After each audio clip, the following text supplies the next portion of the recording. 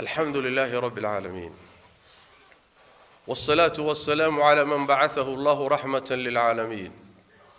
نبينا وحبيبنا محمد وعلى آله وصحابته ومن تبعهم بإحسان إلى يوم الدين أما بعد أيها الأحبة في الله الله تبارك وتعالى حيالها أقوى وين كتاب كيس كحرمي نبينا صلى الله عليه وآله وسلم أحاديث تيس وكجدجي حيالها أقوى وين وحكم الظلمجة قرد الرضا يا حد جذبك إلهي كتابته وسودتي وسودتي عدالة هي الظلمجة إن لا تجعلهم رسوش الصادرين الرب وصادري إن عدالة حقيقيان ظلمجة لا تجعلمان sidaas daraadeed baa rabbigeen tabaaraka wa tacaala uu leeyahay addoomadaydiiyow dushayda dulmiga waan ka xarimay dhexdiinana xaaraan baan ka dhigay inaad isdulmidaan ee ha isdulminina dulmiga ruuxa galay ee baqayiga iyo dulmiga ku jiray sida nabigeena ka sugan sallallahu alayhi wasallam cuquubadiisu ma daahdo nafsigiisuna waa soo degdegaa in badan oo iyaga kamida lama sugo cuquubada aakhira lama sugo saas daraadeed baa nabigeenu sallallahu alayhi wasallam uu tilmaamay laba dambi wax kaga haboon ma jiro in cuquubadooda la soo dedejiyo iyadoo ay jirto in cadaabkii aakhirana laaban yahay labada dambi waxa weeye qaraabo goysnimada iyo baqiyiga iyo dulmiga iyo xadgudubka ظلمي نوعيسا كلا دوان وين نسكا إلالين وحن نبينا كسوغن صلى الله عليه وسلم إنه يريد ظلمي هو صدح مد إلهي ما ضافه مدنا إلهي وضافه مدنا إلهي كما تقول صدح سوق يسمى ظلمي إلهي أوسن دافن وأوسن سامحين روح كل انتنا والنار كواريو دم بدافن أوسن لهين والشركة وربك يا أدومه سئناد وداچي سوحي إلهي لها حقوق ربك أخاصك وإناد عابداء وإناد بريداء وإناد تلسارتاء وإناد كليكي كحرنتاء وإناد السجا أطيعداء وإناد شرعي كدغتاء الله تبارك وتعالى حقوق دي سأخاصك markaad adoomaha qaar kamida wax ka siisood kala dhaxaysiiso dambigaasi dulmigaasi wax ka weyn ma jiro diiwaanada aakhira yaala diiwaanka ugu khatarsan way dulmiga ugu halisan way sidaas daraadeed baa rabbigeen tabaaraka wa tacaala inoo sheegay luqmaan markuu wiilkiisii waaninayay wuxuu ku yidhi yaa bunayya laa tushrik billaah wiilkaygi oo ilaahay adoomadiisa waxa wadaajinin ilaahay xaqiisa ha ku xadgudbin maxay yeelay inna shirka la dhulmun azim shirkigu waa dhulmi weyn dhulmi ka weyn ma jiro sababtoo way rabbiga isaga ku abuurtay asaga inta kula ekaysiiyay keligii baa gacanta kugu haya asaga ku maamulaya asaga ku irsaaqaya لما وداغو ملكيغا مامولكا ارزاقيدا ديليدا نولينتا اسغا ماموليا كونكن لما وداغو سيده بعد حقي سعيد كلا وخوغا سينيسا marka dulmiga ka weyni ka waay rabbiga tabaaraka wa tacaala kaligi caabud dambi ka weyni ma jiro allah tabaaraka wa tacaala wuxuu yiri shirkiga ruuxi ku dhintay alla dhaafi maayo dunuubta intaada kala soo la dhaafaa inta kale ruux hadduu ku dhinto ka soo socda ka hadlaya qodobka xige ilaahay waa saamixi karaa hadduu doonana adoonkiisa waa u cadaabi karaa laakiin shirki ruux ku dhintay rajo ma leh saas daraadeed baa rabbigeen tabaaraka wa tacaala kaliya ruuxu inuu camalkiisu baabaayo ma aha kaliya inuu dulmi yahay xataa wixii kaleed samaysay ku xadgudubto oo aad shirki la timaado عملكات سميني سردن وهوبنا وبابايا كوا خساري بعدنا كم من نقن الله كليجي عابد كوا الشكرينا كم من نقبل للنبي صلوات ربي وسلام عليه أنبياء إلهي مركو إلهي كهل ليو إن بدل ما عيضوا التلمامينا وحوري ولو أشركوا لحبط عنهم ما كانوا يعملون أنبياء إلهي الشرك مقلان لكن أرنت وحوي ويش جورع ديبوك هكو قسقاته خطابك أنبياء لو تشيدينيا لكن وح الله وضعي هذا الكود عيوه وأمضهوي إياك أعني واسمعي يا جارة هذا الكود نقول نودعيه سيداس درادة ظلمك أقوين وشركك إسكتشر إسكنا إلالي ماشي لقو شيئا كفقو أكو خمار دين تادي عقيدة داد نوع اللباد النبي قول صلى الله عليه وسلم ظلمك نوع عيسى اللباد أو الله ضافه وحوي وظلمك أضونك ونفتي صدظلميه كنا صابسا حق إساقي ربك كدحية حقوق دو الصدح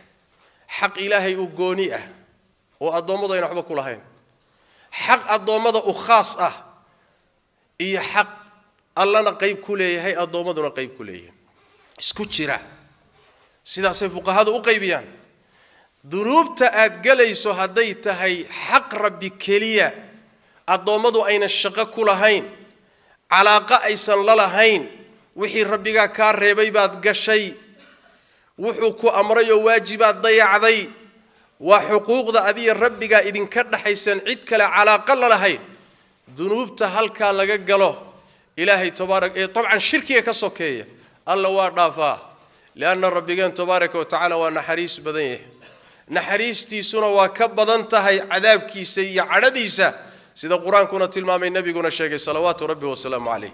waxaa dhici karta adoonka dunuubta noocaas ku dhintay Allah tabaaraka wa ta'ala tahta al-mashi'a haduu doono ilaahi waa cadaabaya laakiin haduu iimaan ku dhintay akhiran waa uu laga soo saariyo janno ku dambayn doona laana ruux iimaan ku dhintay haba yaraade naar ku waari maayo waa dhici karta in la geliyo laga gooyo wixii uu galay laakiin naar ku waari maayo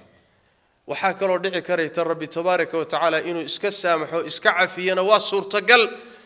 nooca labaad ee dunuubtu kaas weeye ama dulmiga noociisa labaad ee nabigu tilmaamay sallallahu alayhi wa alihi wasallam nooca saddexaad ee nabigu sheegay sallallahu alayhi wasallam waxa weeye dulmi uusan ilaahay deynin kama tago waa dulmiga adoomadu ay dulminayaan allah deyn maayo tabaaraka wa ta'ala ila uu kala qisaaso oo xuquuqdooda uu kala siiyo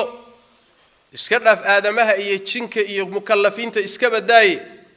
thaqalaynka iska badaay hatta bahaimta iyo duur joogta iyo xoolaha rabbi tabaaraka wa ta'ala maxkamadiisu waa inay u kala qisaasto dulmiga isu geysteen nabigeenu salawaatu rabbi wa salaamu alayhi wa tilmaamay ila ridi gees kala hayd ee midda aan gees kala hayn hardiday إلى إلهي أكل قصاص تبارك وتعالى أضمد حقوق ذا وكلا سينيا شننا لآدي مايو عذابنا اللو دريري مايو إلى حقوق ذي لكل قصاصه أضمد وحي لهاين لكلا سيو سيدا سدرات حقا سنا وحقاس هذه سجى إلهي نبي أنه حكسه صلى الله عليه وسلم إنه روحي ظلمي قلي وولالك ظلمك قلي oo khalad uu ka galay walaalkii iyo dulmi uu ka galay agtiisa uu yaalo cirdi iyo sharafkiisa ku xad gudubtay xoolihiisii baad qaadatay dhiigiisii baad daadisay waad xamatay dhibaad u geysatay xuquuqda leeyihiin agtaada haday yaalaan nabigu wuxuu yiri sallallahu alayhi wasallam ka xalaalayso ruuxii xaqan iska laha inta aan la gaadhin maalinta qiyaamada oo dirham iyo diinaar iyo lacag iyo adduunyo aan waxba lagu kala qaadanaynin maanta waxa weey shilin hadaad siiso ama iska celiso inaad qancisaa laga yaabaa inaad iska sasabtaa laga yaabaa inuu iska ka cafiyaa dhici karta adduunyo kugu saamixi kara maalinta qiyaamada laakiin adduunyo meeshaasi ma taalo la isku furto madax furasho ma leh nabigu wuxuu yiri salawaatu rabbi wa salaamu alayhi dhaalim kan dulmiga galay hadduu amal saalixa la yimid qadarkii dulmigu dhanaa amalkiisi saalixa laga soo goynaya markaas waxa la siinayaa dadkii uu dulmiga ka galay salaadiisi soonkiisi xajkiisi acmaashiisi waa loo qaybinaya hadduusan wax acmaal saalixa lahayn ka war nabigu wuxuu sallallahu alayhi wasallam kuwa dulmiga ka galay dunuubtoodii baa la soo qaadaya qadarkii dulmigu galay qiyaastiisi baa laga soo qaadaya dunuubtay galeen kadibna asaga dusha laga saaraya kadibna naarta lagu kaxaynaya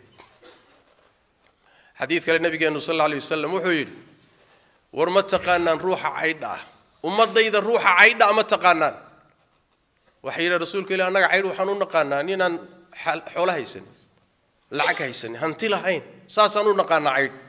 nabigu wuxuu sallallahu alayhi wasallam ummadayda ruuxa caydha waxa weeyaan waa ruux maalinta qiyaamada iimaan doona salaad buu la iimaan soom buu wataa wuxuu wataa muxuu ahay zaku wataa acmaal waaweyn oo soo shaqaystay buu wataa dhanka kale mid buu caayay oo meesha taagan mid buu qadfay oo meesha taagan ku kalu xoolihiisa cunay baa taagan miduu dharbaaxay baa taagan miduu dhiigiisa daadiyay baa taagan kulli meeshay soo safanayaan waxay leeyeen rabbi wa xaqanagi hana laga siiyo nabigu wuxuu salawaatu rabbi wa salaam alayhi kan xasanaadkiisi baa qayb laga siin kii uu caay kii uu qadfayna xasanaadkii waxba laga siin kii xoolihiisa cunayna qayb baa la siin kii dhiigiisa uu daadiyayna qayb baa la siin kii uu ku xadgudbayna qayb baa la siin markii la qaybiyo xasanaadkiisi wuxuu soo shaqaystay hadii ay dhamaato xasanaadkiisi khayrkiisi la dhameysay dad baa wali taagan oo safka ku jiro xuquuqdoodii la wuxuu ahaa afkiisa iyo adinkiisa midna aan controlling buu ahaa khalaa'iqdii uu dulmiyay baa ka badan xasanaad kulli allah muxuu sameeynaya tabaaraka wa taala wuxuu nabigu sallallahu alayhi wasallam dambiyadoodii baa laga soo qaadaya dusha laga saaraya kadibna naarta lagu tuuray wal iyadu billahi alaykum ya ka khasaaro badan ruux ma adduunyada intuu jooga dadaalayay maxaa xaj ah maxaa umra ah maxaa sadaqa ah maxaa salaad ah maxaa wanaag ah maxaa jihaad ah maxaa muxuu ahay dacwo ah maxaa khayr oo meesha soo yaalo oo buuro leeg haddana maca dalika waa la qaybsaday oo dad baa qaybsaday isagana dunuubtoodii buu naarta ku galay wariyaa ka khasaaro badan tacab khasaar sidaas daraadeed baa rabbigeen quraanka kariimka wuxuu ku sheegay maalinta qiyaamada markay wajiyadu hogtaan oo duloobaan oo wax hadla la waayo maalinka isaga yaa khasaaray waqad khaba man hamala dhulma maalinkaasi ninkii isagoo dulmi xambaarsan yimid kaasa khasaaray buu rabbi yiri tabaaraka wa taala oo yu dhamaatay war dulmiga iska ilaali war waad dhiman oo rabbiga baad hortagi oo waa lagu la xisaabtami oo hawl baa horeysa hadii ay noqoto un maanta waxa ku hor yaala kaliya aad fiiriso cun oo cab oo laad oo haraati oo ku xadgudub oo dhigtaadi oo xamo oo hawba yeelin oo dacaayade oo meesha doonto dhig xageed ku socotaa miyaadan rumaysnayn aakhiro miyaadan rumaysnayn rabbiga la kulmi doonto miyaadan rumaysnayn maxkamadda cadaaladdu inay dambayso miyaadan rumaysnayn adduunkan haddaad fakato inaadan aakhiro fakan dooni ilaahay laga boqo dulmiga hal iska ilaaliyo kii la galayna hal laga toobad keeno kii aadamahana hal laga xalaaloobo celi wixii xuquuqda waxa ugu weyn oo ugu halisan oo ugu khatarsan xuquuqda dadweynaha kursiga iyo jagada ummaddu ay leedahay xoolaha iyo hantida ummadda guud ee ka dhaxeeya ta ugu khatarsan taa iyada away waana midda maanta sida waraabo ooman oo kale ama gaajaysan oo kale la halabsanayo way